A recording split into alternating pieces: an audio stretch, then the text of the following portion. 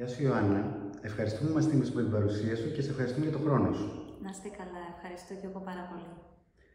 Στη Βιέννη έρχονται χιλιάδες μουσικοί και χορευτές από όλο τον κόσμο για να κυνηγήσουν τα όνειρά τους. Εσύ από το 2008 συγκαταλέγεις τους χορευτές της Κρατικής Όπερας της Βιέννης. Το 2022 μάλιστα αναγορεύτηκες σε πρίμα μπαλαρίνα του μπαλέτου της Βιέννης. Τι σημαίνει αυτή η διάκριση για ένα χορευτή? Η Βιέννη είναι σίγουρα μια από τις σημαντικότερες πολιτιστικές πρωτεύουσες του κόσμου. Έχετε δίκιο ότι πολλοί καλλιτέχνες, ιδιαίτερα από τους τομείς της μουσικής, της όπερας και του μπαλέτου, έρχονται στην πόλη αυτή για να κυνηγήσουν τα όνειρά τους και να διαπρέψουν. Σίγουρα δεν πετυχαίνουν όλοι.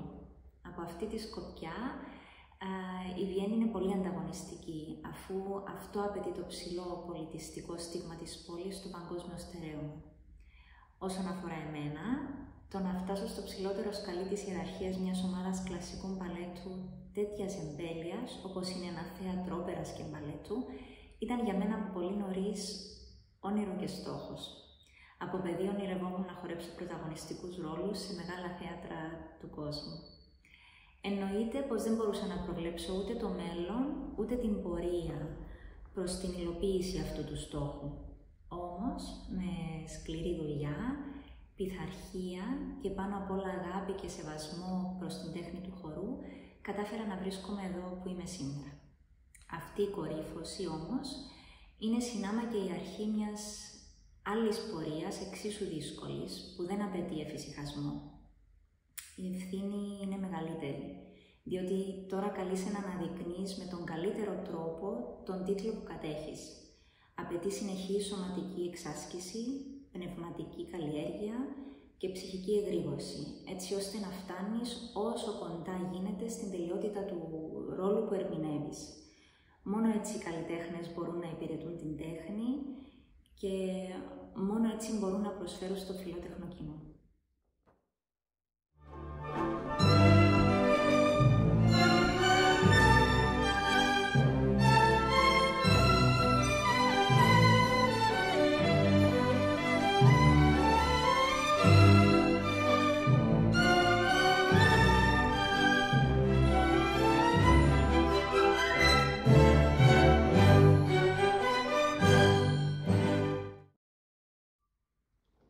Αυτή είναι η πρώτη σε μία σειρά συνεντεύξεων με Κύπρους καλλιτέχνες εδώ στην Αυστρία.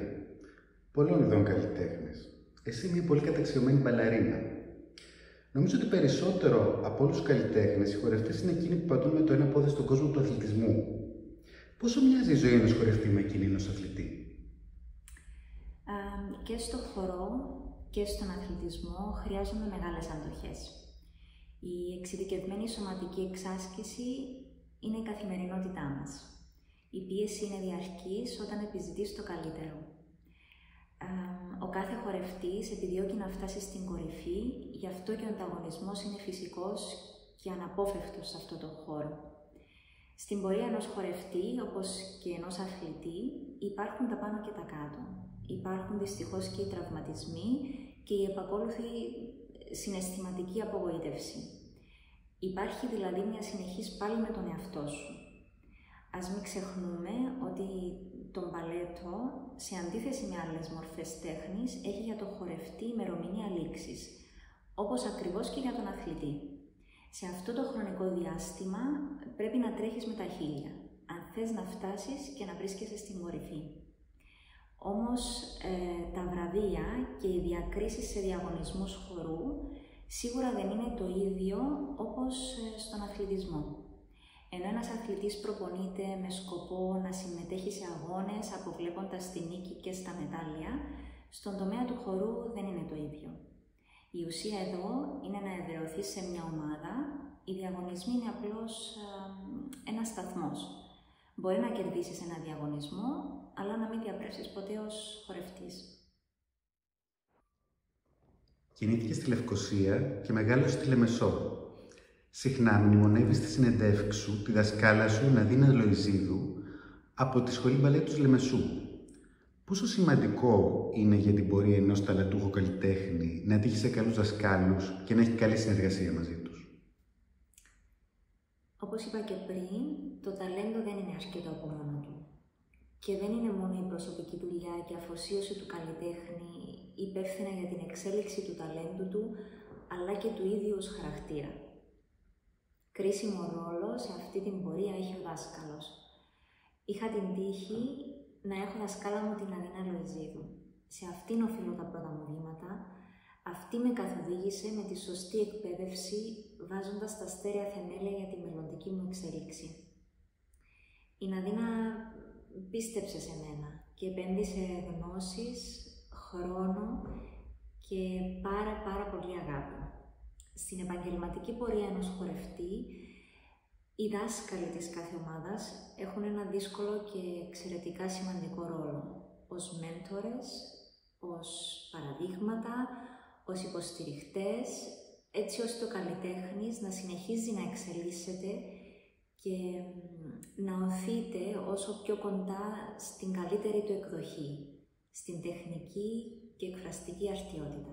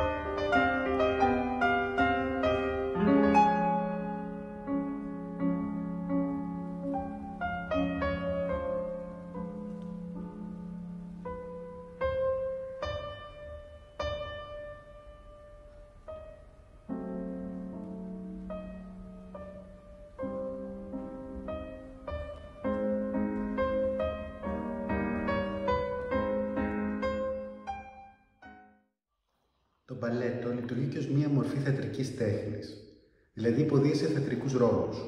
Έχεις παίξει πολλά έργα, όπως η Λίμνη των Κύκνων, ο Δον Κιχώτης, το Ονέγκιν, εφέτος ίσως το Κυρίωμα της Καμέλης που βασίζεται στο μόνιμο κλασικό μυθιστόρημα. Πόσο μοιάζει η προετοιμασία για αυτές τις ερμηνείες με τη δουλειά του ηθοποιού? Ένας χορευτής είναι ταυτόχρονα και ηθοποιός, από τη στιγμή που έχει να υποδηθεί ένα ρόλο, ένα χαρακτήρα. Προσωπικά, με φαντάζομαι στο ρόλο. Διαβάζω το έργο σε όσο πιο ακριβή μετάφραση γίνεται.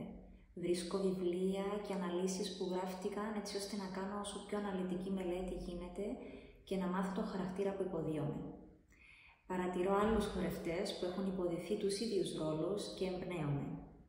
Συγχρόνως, πρέπει να έχω πολύ καλή φυσική κατάσταση, να τρέφομαι σωστά, να δουλεύω στο στούντιο, να βιντεογραφώ τον εαυτό μου για να δω πώς φαίνομαι, τις κινήσεις μου, τις εκφράσεις μου και να διορθώσω ό,τι δεν μου αρέσει.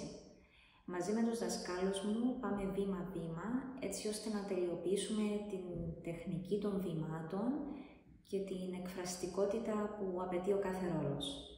Είναι μια συνεχής πορεία αναζήτησης και μια προετοιμασία που δεν σταματά ποτέ.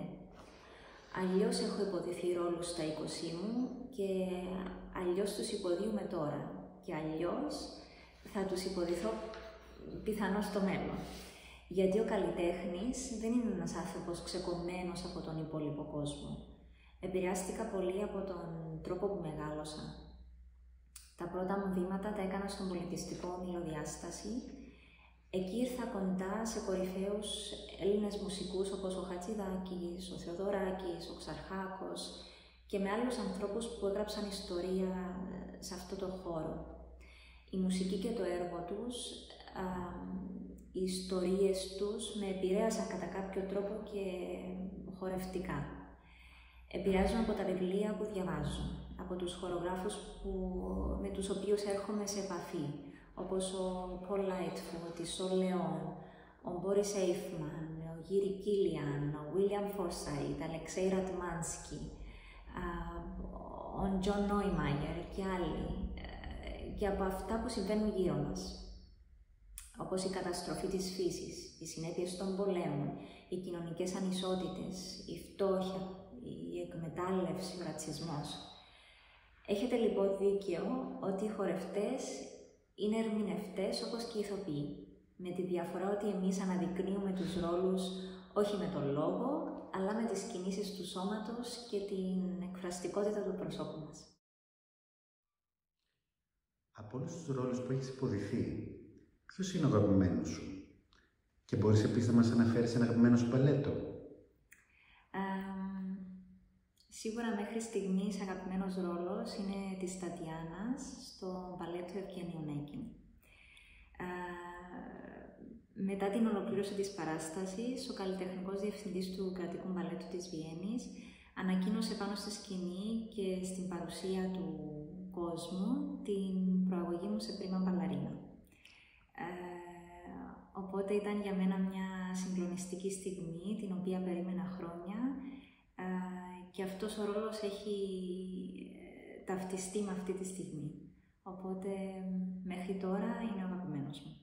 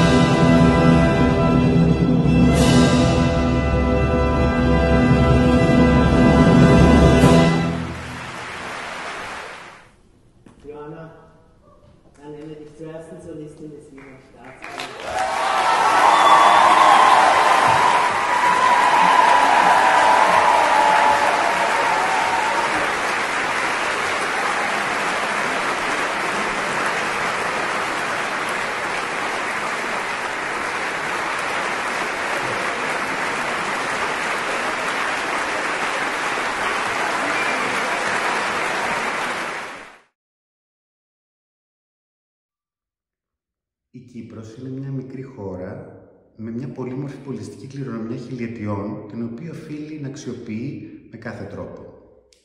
Πρόσφατα η Κύπρος απέκτησε και υφυπουργείο πολιτισμού, πράγμα που σηματοδοτεί ότι δίδεται μια μεγαλύτερη έμφαση στον τομέα αυτόν. Εσύ από την εμπειρία σου και στην Αυστρία, τι θα πρότεινες να βελτιωθεί, να αλλάξει την πολιτική για τον πολιτισμό στη χώρα σου? Στη μικρή μας Κύπρο δεν έχουμε μεγάλη παράδοση στις κλασικές τέχνες όπως σε άλλες χώρες. Για παράδειγμα τη Ρωσία, την Αγγλία, τη Γερμανία, την Αυστρία, τη Γαλλία. Η Κύπρος δεν έχει τις κατάλληλες υλικοτεχνικές υποδομές που διαθέτουν τα μεγάλα θέατρα της Ευρώπης και του κόσμου. Ούτε και τις μεγάλες επενδύσεις στον τομέα του πολιτισμού. Δεν υπάρχει επίσης ένα θέατρο κρατικού μπαλέτου, ίδρυμα δηλαδή αντίστοιχο του ΘΟΚ ή της ΣΟΚ, της Συμφωνικής Ορχήστρας Κύπρου. Δεν υπάρχει κρατική ακαδημία μπαλέτου και έτσι ένα ταλαντούχο παιδί που έχει κλείσει προς τις τέχνες γενικότερα και πιο συγκεκριμένα στο χορό, δυστυχώς επιβάλλεται να φύγει από την Κύπρο. Ακούγεται παράξενο και ίσως σκληρό, αλλά το επάγγελμα της μπαλαρίνας και γενικά του καλλιτέχνη στην Κύπρο δεν έχει την ίδια βαρύτητα και αξία με αυτό του δικηγόρου, του γιατρού, του λογιστή. Οι Κύπροι χρειαζόμαστε πολλή δουλειά ακόμη για να καταλάβουμε ότι μπαλαρίνα, μουσικός, ζωγράφος είναι επάγγελμα. Και ενώ σε άλλες χώρες υπάρχουν υποδομές, τα φυτόρια ταλέντων και μια μεθοδευμένη πολιτιστική εκπαίδευση, στην Κύπρο δεν υπάρχει συγκεκριμένη κρατική πολιτική ενθάρρυνσης και στήριξης των νέων που θέλουν να ασχοληθούν σοβαρά με τις τέχνες και με προοπτική μάλιστα να δραστηριοποιηθούν επαγγελματικά σε αυτές. Πιστεύω ότι ο τομέας του πολιτισμού και των τεχνών δεν αντιμετωπίζεται όπως θα έπρεπε και όπως αρμόζει στη μακραίωνη ιστορία του τόπου μας. Μπορεί να είμαι μακριά, αλλά παρακολουθώ τις κριτικές και τις αγωνίες των ανθρώπων του πολιτισμού. Δυστυχώς, μας παρέσυρε η ληστική αντίληψη της ζωής και δεν επενδύουμε στον πνευματικό και αισθητικό υπόβαθρο των νέων μας. Εκείνο που λείπει είναι το πολιτιστικό όραμα και η βούληση εννοείται. Γίνονται βέβαια διάφορες προσπάθειες για την προώθηση του κλασικού και ιδιαίτερα του σύγχρονου χορού. Περισσότερο φυσικά από ιδιωτικές πρωτοβουλίες. Γνωρίζω ότι υπάρχουν διάφορες πλατφόρμες χορού και διοργανώνονται διάφορα φεστιβάλ. Θα πρέπει όμως να γίνει επιτέλους αντιληπτό ότι δεν πρέπει να αρκούμαστε μόνο στην ιδιωτική πρωτοβουλία και στη στήριξη και ενθάρρυνση εκ μέρους του οικογενειακού περιβάλλοντος του καλλιτέχνη. Ας ελπίσουμε ότι θα αλλάξουν τα δεδομένα και ότι ο τομέας των τεχνών θα πάρει τη θέση που του αρμόζει. Αυτό όμως πρέπει να απαιτήσει και από την εξουσία η ίδια η κοινωνία.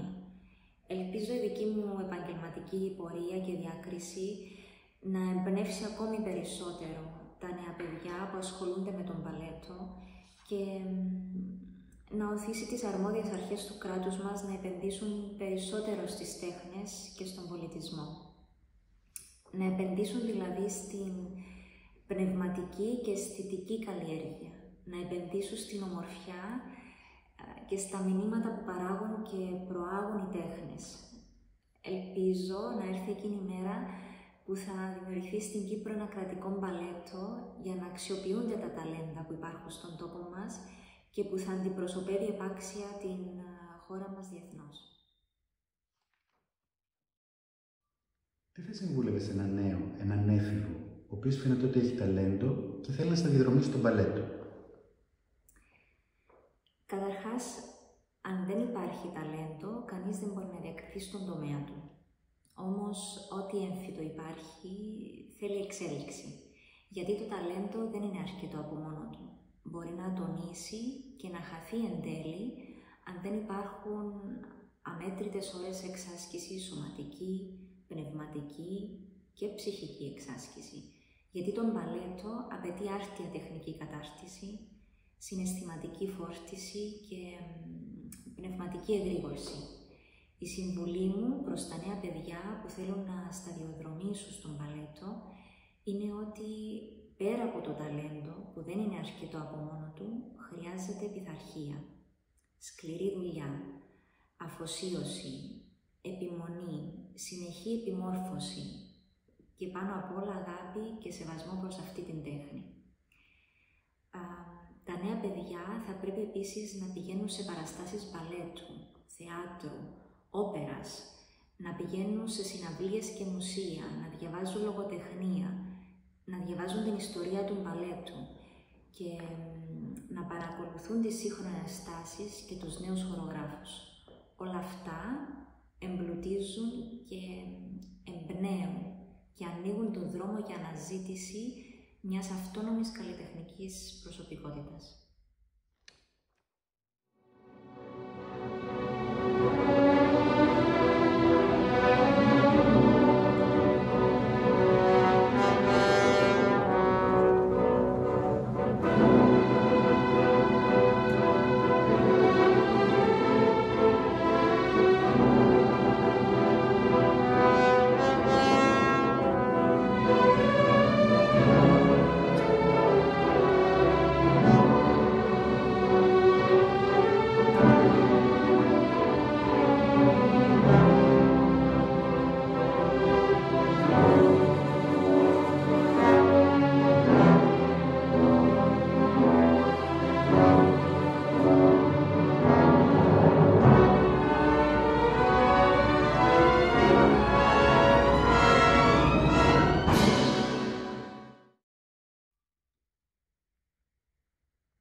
Μπορείς να μας αποκαλύψεις που θα σε δούμε το καλοκαίρι ή την επόμενη σεζόν εδώ στην Αυστρία?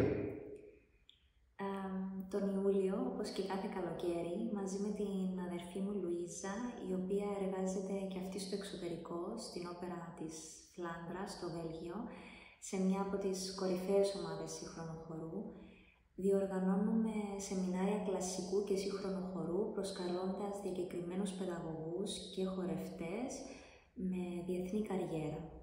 Με αυτόν τον τρόπο προσπαθούμε να μεταφέρουμε τις δικές μας γνώσεις και εμπειρίες και να μεταδώσουμε ό,τι πιο νέο υπάρχει στον τομέα του κλασικού και σύγχρονου χορού. Προσπαθούμε με την δική μας ματιά να διακρίνουμε ταλαντούχα παιδιά και να τα συμβουλεύσουμε ιδιαίτερα σε θέματα τεχνικής κατάρτισης. Η επόμενη σεζόν στην Όπερα της Βιέννης ξεκινά για μένα με την Λίμνη των Κύκνων, όπου πρωταγωνιστώ στο ρόλο της Οτέτο Τιλ στις 5 και 8 του Οκτώβρη. Το να χορέψω αυτόν τον ρόλο σε χορογραφία του Ρούντολφ Νουρέγεφ και σε μουσική του αξεπέραστου Τσαϊκόφσκι ήταν για μένα και είναι όνειρο ζωής και ίσως μπορώ να πω και το απόλυτο όνειρο κάθε μπαλαρίνας. Ξεκίνησε ήδη η προετοιμασία μου γι' αυτό και ανυπομονώ για τη μέρα που θα ζωντανέψω αυτό το ρόλο πάνω στη σκηνή. Ιωάννα, σε ευχαριστώ πάρα πολύ για αυτή την όντως πολύ ενδιαφέρουσα συνέντευξη. Ευχαριστώ και εγώ πάρα πολύ.